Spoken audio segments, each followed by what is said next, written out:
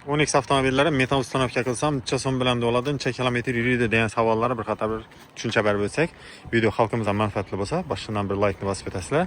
Podpiska bosib keladigan obunachilarimiz bor. Iloji boricha podpiska bosib qo'ysangiz, bu bizning kanalimizning rivoji uchun xudo xolasa hissa qo'shgan bo'lasizlar. Bizlar ham iloji boricha nova mashinani ichiga obordina qo'yiladi, necha so'm bilan bo'ladi, necha kilometr yuradi shular bo'yicha polnisti ma'lumotlarni berib borishga harakat qilamiz. 10X atmosferniy avtomobili mexanika bo'ladi. Bular atmosferniy avtomobillarning ichki obordina do'y galadansa shu obordinalardan birisini ustanovka qilib berganmiz. Stak kompaniyasi Polshada ishlab chiqarilgan.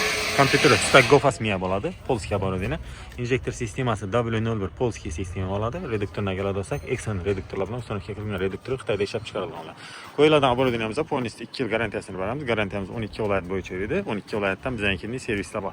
Bizlar tomonidan Novus 08 2 yil yoki 40 ming kilometr mobaynida bizilardan go'yadan bo'lsa, qaysi viloyatda bo'lsangiz garantiya talon beramiz. Garantiya talonining ichida hamma viloyatda servislar nomerlari yozilib turadi. Borib besplatni zapchastlarni almashtirib ketaversangiz bo'ladi. Endi bu deganim hamma buzilib yotadi degani emas.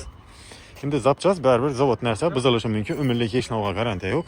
Shuning uchun buzilib qolgan taqdirda deb nafsaksuchi aytib turibman. Balon sistemasına keladigan bo'lsak, 75 litrlik balon ustanovka qilgan yaxshi. Nechun deb turibman? 75 litrlik balon qo'ysangiz, ichi damirni enaga ketadi.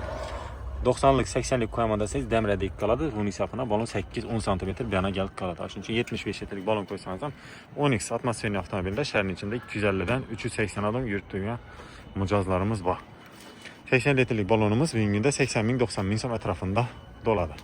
Serisimizda ishlarimiz davom etib turibdi. Suez S07 propon ustanovka qilinib turibdi. Cobalt MCM metal ustanovka xudo xolasa serisimizda ishlarimiz davom etib turibdi. Narx-navolar bo'yicha biz telefon nomerlarini qoldiramiz. Bemalol bog'lanib kelaversangizlar bo'ladi.